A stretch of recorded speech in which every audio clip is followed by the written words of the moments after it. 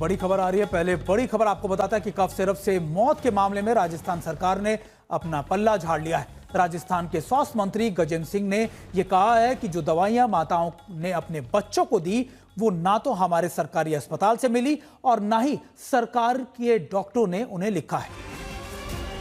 आपको बता दें कि राजस्थान में कफ सिरप से 2 बच्चों की मौत हो गई। पहला केस भरतपुर में आया, जबकि दूसरा मामला सीकर में हुआ है। और लगातार इसके बाद जब सरकार की तरफ से स्वास्थ्य मंत्री ने अपना जवाब दिया तो उन्होंने कहा, अपना पल्ला झाड़ते हुए उन्होंने कहा कि ना तो सरकारी अस्पताल से दवाइयां ली गई और न ही सरकारी डॉक्टरों ने इनको रेफर किया।